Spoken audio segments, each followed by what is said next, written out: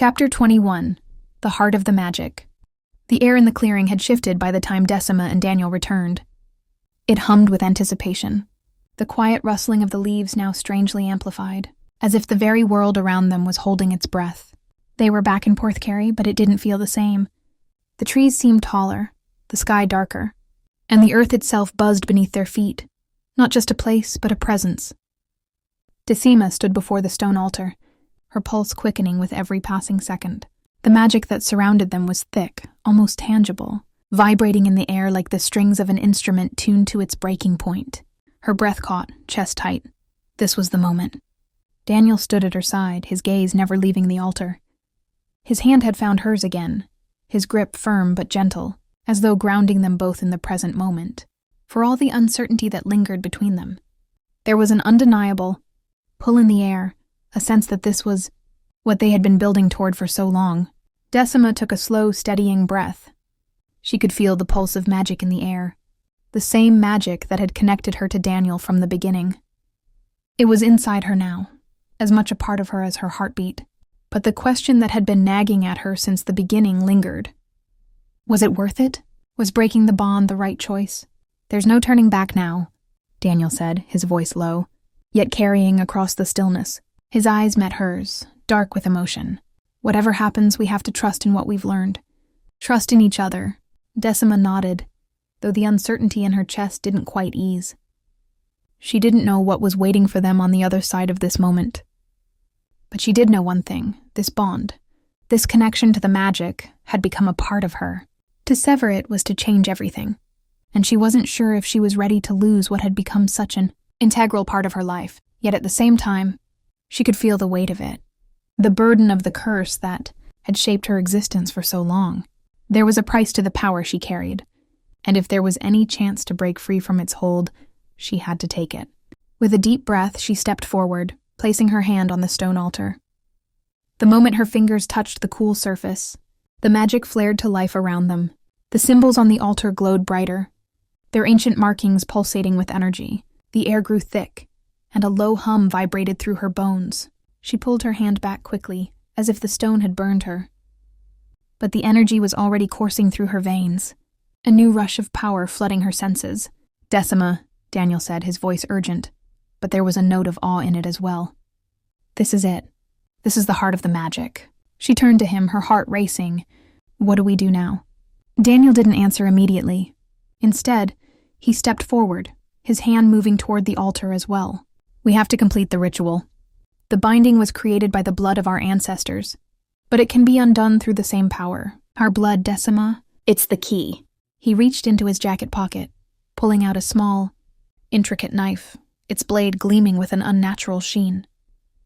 The handle was carved with the same symbols that adorned the altar, and Decima realized with a start that it was not just a knife, but a ceremonial tool meant for this very purpose.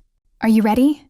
Daniel asked, his voice steady, but there was a flicker of uncertainty in his eyes. Decima nodded, her breath coming faster now. She could feel the magic in the air, pressing in on her, urging her to act.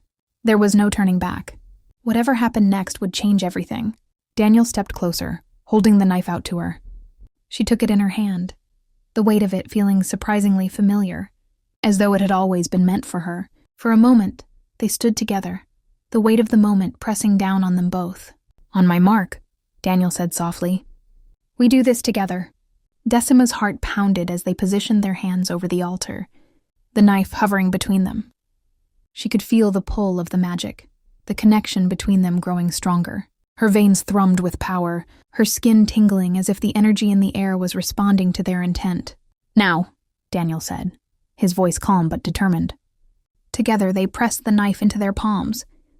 A sharp sting cut through Decima's hand, and she winced as blood spilled onto the altar, dark and thick against the stone. The moment their blood touched the surface, the magic surged forward, surrounding them in a blinding light. The air hummed with energy, and Decima could hear the faintest whisper, a voice in the distance, calling to her. It was both familiar and foreign, echoing through her mind like a forgotten memory.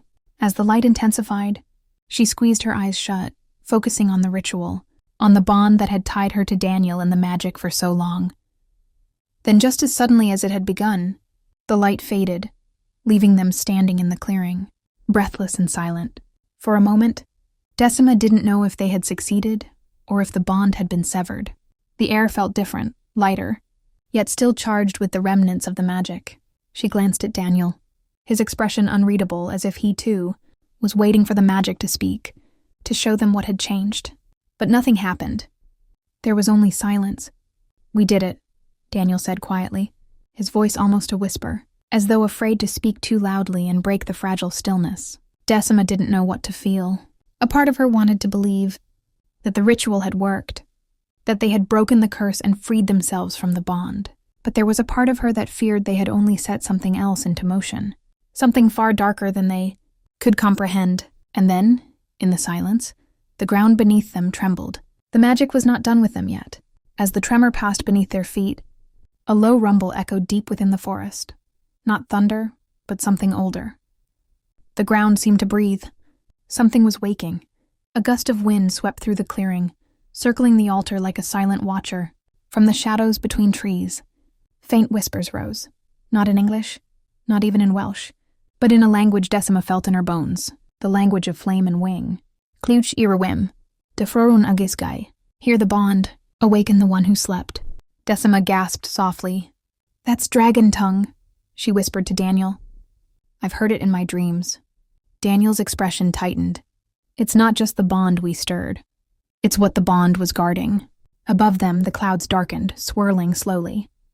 A shaft of golden light broke through, not sunlight, but magic, shining down on the altar like judgment. The glowing crack in the earth pulsed once more, and a distant, guttural cry rose from beneath the soil, a roar smothered by centuries. Decima dropped to one knee, pressing her palm against the stone. "Whoever's listening, whatever you are, I'm not here to steal. I'm here to set it right." The symbols on the altar glowed brighter, then flared, and from the crack, a sliver of flame burst upward, then vanished. Daniel knelt beside her, hand on her back. "We didn't just break a bond. We opened a gate." The clearing was silent again, but it was no longer peaceful. It was watchful. And in the trees, something stirred. Something with eyes that glowed faintly gold, watching from the veil between worlds. The ritual had worked, but the dragons were listening now.